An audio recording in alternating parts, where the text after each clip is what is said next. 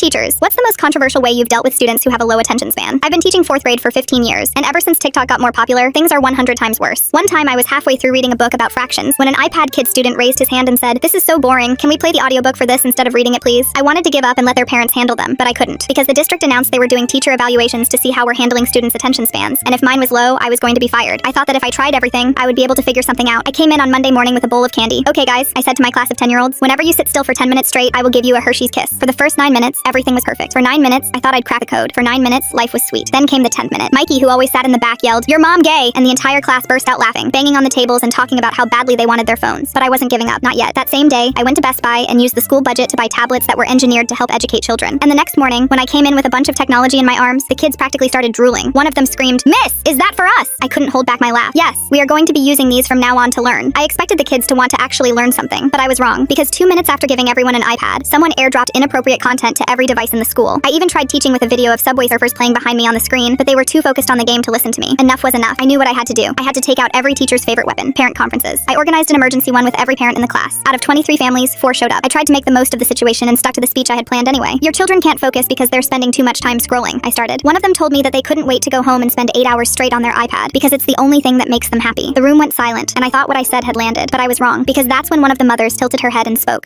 Well, maybe the problem isn't us or the iPads. Maybe your teaching style just isn't working. Have you ever considered another line of work?" I didn't have a response. I just sat there feeling my face get hot. I only had a day until my evaluation, and I didn't know if I was going to be fired. I stared at the ceiling until 3 in the morning, and that's when I decided to do something desperate, something no teacher should ever do. The next day, I walked into class and put down the textbook. The room went quiet, that suspicious quiet kids get when they think you're about to cry. I spoke, "I'm going to tell you something I shouldn't tell you." My classroom full of iPad kids went silent. This was enough to grab their attention. I continued, "And I'm going to ask you for something I have no right to ask, something no teacher would ever ask their students." They all nodded in unison. I told them everything, the evaluation, the 40% of my pension I'd lose if I got fired, how me and my daughter would be evicted if I got fired. I told them I wasn't asking them to love learning. I was asking them to help me keep my job, just for this one evaluation. After that, they could go back to ignoring me. Mikey, the kid in the back, raised his hand. "So basically you're saying our behavior could ruin your life?" "Yes," I said. Mikey responded, "That's a lot of pressure to put on 10-year-olds. I sighed. "I know, I'm desperate." I waited for the laughter, the TikTok recording. Instead, someone else asked, "What do you need us to do?" The evaluation happened the next day. The kids pretended to have perfect attention spans. They raised hands. They answered questions. They looked at me like I was saying something that mattered. When the bell rang, the evaluator told me to wait. I sat there for 20 minutes, convinced I'd failed anyway. Then the door opened. But it wasn't the evaluator. It was Dr. Williams, the district superintendent. I'd met her exactly once before, at someone else's retirement party. She sat down with a huge smile on her face. This whole thing was staged. None of their bad behavior was real. I stared at her in shock, having no idea what she meant. What are you talking about?" She explained. "It was a test. We put the most challenging students in your classroom on purpose to see how you'd handle it. We wanted to see if you would keep trying or if you would give up on them." I didn't even know what to say. "But why?" She smiled even brighter. "Because we want to promote you and offer you a position on the State Board of Education. After seeing how you handled everything, we need you on our team." I took the position. Fast forward 2 years, I'm rich, and got my money up, not my funny up.